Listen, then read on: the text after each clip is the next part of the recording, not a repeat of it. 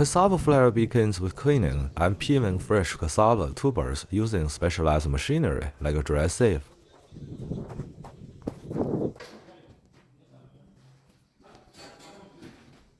Hello washer and cassava peeler.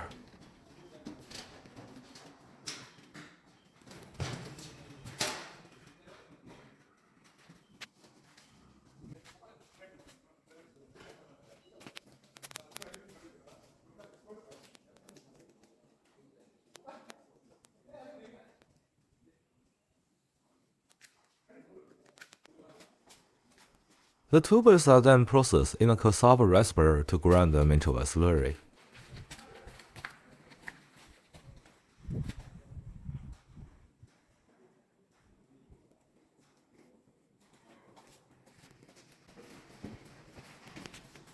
This slurry is subsequently squeezed using a plate frame filter press to remove excess water before being transferred to a flash dryer for drying.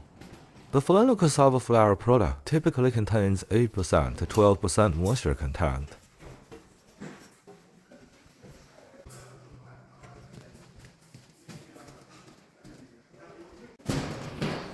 Meeting the standards for premium quality cassava flour production,